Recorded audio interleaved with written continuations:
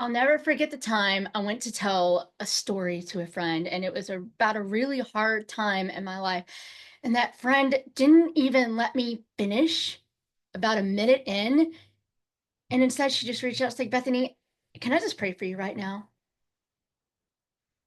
I know she didn't mean it, but it really didn't feel safe to me when she did that.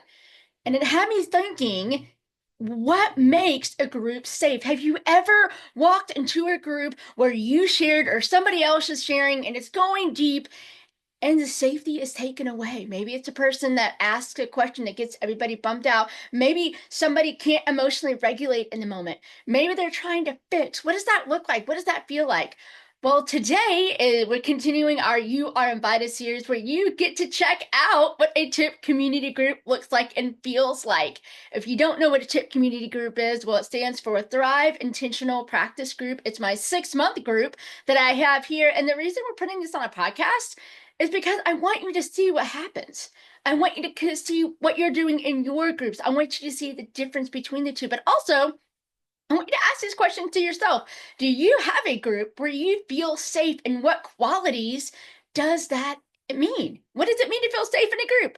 Well, you're in the right place. We can't wait for you to join us. So come on, let's get started and see what topics we talk about today. Enjoy. I'm just going to be honest. I have some people, and I want to have you guys speak into this. We didn't practice any of this beforehand, so I don't know what they're going to say. So I'm kind of nervous. But a question I get is, Bethany, I'm afraid. I'm really afraid to join one of these groups. Can you guys speak into that? Because I don't think anybody joined this group, like, I don't think so, without at least a little bit of fear. So, how did you deal with that fear? And when did you notice that, okay, like, it's going to be okay? Mhm. And how was that for you? Yeah, Bethany, I think that it's always a challenge to choose to be vulnerable. Even if we're talking to our best friend, it's a challenge to choose to be vulnerable. And when you're talking about a group of strangers, to make that choice um, requires a level of commitment to yourself and your own process that's rich and deep. And what I have found in this group is that the more vulnerable I choose to be, the more fruit I see in my life. And it's the constant choice of, will I tell what's on the surface? Will I tell what's emotionally real? Will I tell what's spiritually real? Will I focus on what's going on in my body and is real in my body? Or sometimes will I drop all of that and just wait in silence with the Lord to see, what does he want to bring up in my life right now?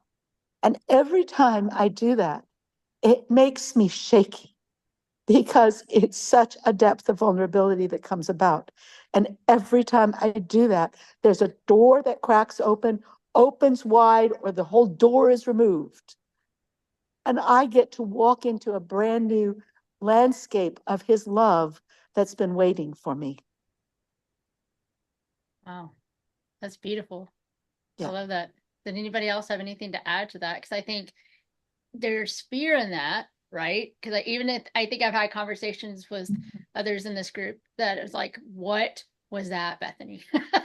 Like, what is happening inside of me right now, right? Because it happens. So any other, I like how Wendy said that, like stepping into the new, it's good, but it's also uncomfortable. But yeah, it's also freeing, like all of that in one. And so, can anybody else want to speak into that?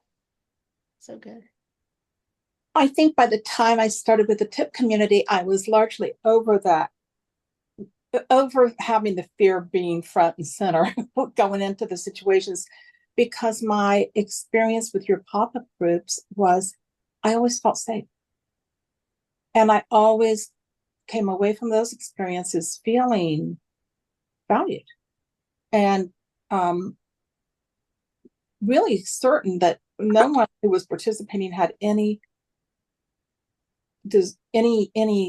inclination to be harsh or judgmental, yeah, in any way.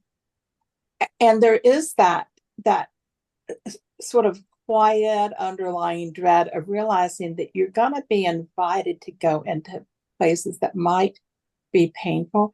You might be invited to go into places, I mean, and I still kind of expect to be at times invited to go into places I didn't even know that those places were there. I didn't even know they existed. And all of a sudden, it's kind of like I'm in a foreign land. Yeah. But I'm doing it with people who aren't going to leave me and abandon me to that spot, however good, bad, or neutral it might feel, however threatening it might feel. And that's priceless. It's just that safety. I think we do a really good job, and I know you promote this, and I know it comes from your heart, Bethany, but I think we do a very good job keeping each other safe. Yes. I like that. I like that. So And good. when we drift in other directions that might distract from that, you pull us back. So I thank try. you. I try. But we know how to have fun too. But I love Yes. that. Like we're all here. We're not going anywhere. Like no matter how hard it gets, our group continues to show up. And that's something that for some of us that's brand new to have people that are Yeah. willing to show up no matter what. So I want to give Deb and Betty a chance to anything you guys want to share too with the fear piece or unknowns. Yeah, I think for me, one of the things that keeps it safe is the reminders that you give, and even just the atmosphere of nobody's trying to fix anybody. And that is really different from any other group where people want to give their advice and give their well-meaning and well, intended, but the atmosphere of curiosity and nobody's trying to fix me or tell me what I need to do or not do unless I ask for it. That autonomy and freedom to know that I can ask for what I need. And I may not know, but even at that, I'm going to get choices like, would you need this or this or that? That part has kept it safe. I think in the beginning it is, yeah, you're like, you don't entirely know what to expect. And it's like, okay, is that the right answer? Is that what they're asking for? And then you realize, hey, there is no right answer. We're all just curious about each other. So that has kept it safe, and just knowing that, yeah, it's just the atmosphere that's created of curiosity, and the way that I think Wendy said something like this, but the way that we ask God questions, it's like, so if you don't know what is it I'm, going to share, and you're right, it's like, oh, well, let's just, and cultivating that, hearing God. Sometimes I know people can be intimidated by that. What does that look like? What is that? But having an atmosphere where we can do that together. Yes.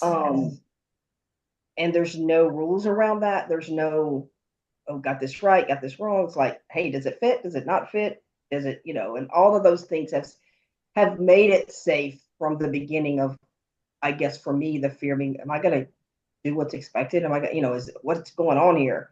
And I was able to lay that down fairly immediately when I realized the atmosphere of curiosity, I think.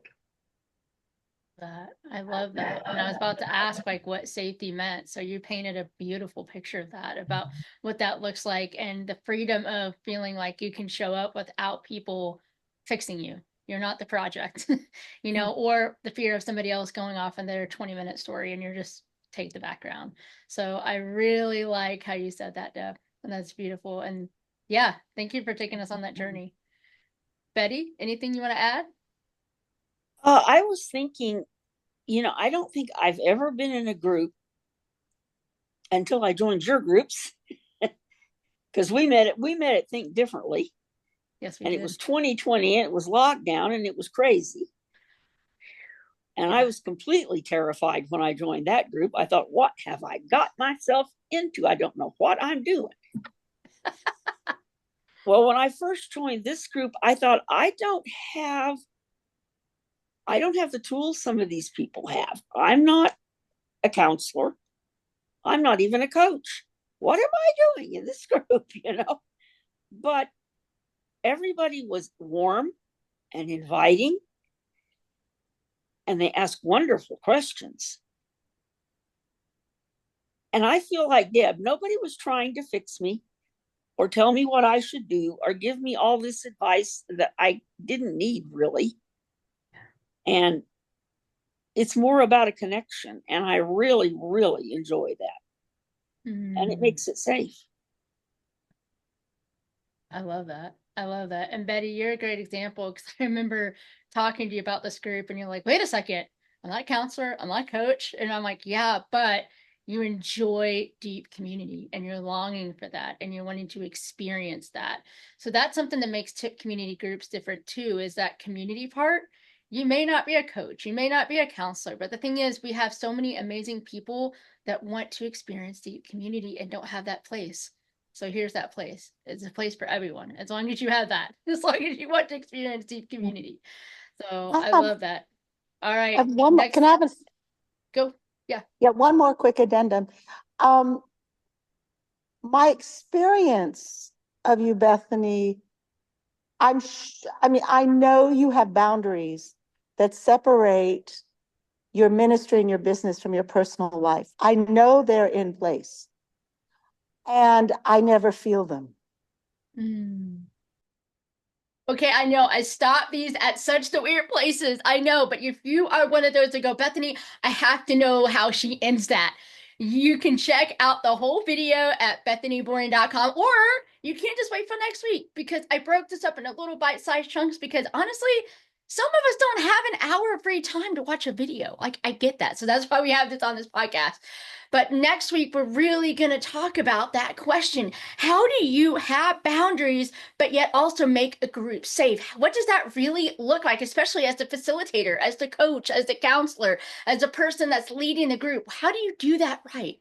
Well, I might not have the right answer for you, but I will get you curious. And if you're interested in joining a TIP community group, well, come on. We'd love to have you. BethanyBoring.com is where you get a little bit more information, where you can watch this whole video, where you can sign up for some of the free groups that we have going on right now as pop-up check-in through the month of December 2024. And if you're watching this after, sorry, but I'm sure there's more information on that website that you can connect with me and connect with others. So as always, dare to do more than just survive, step out and thrive. See you guys back next week. Bye.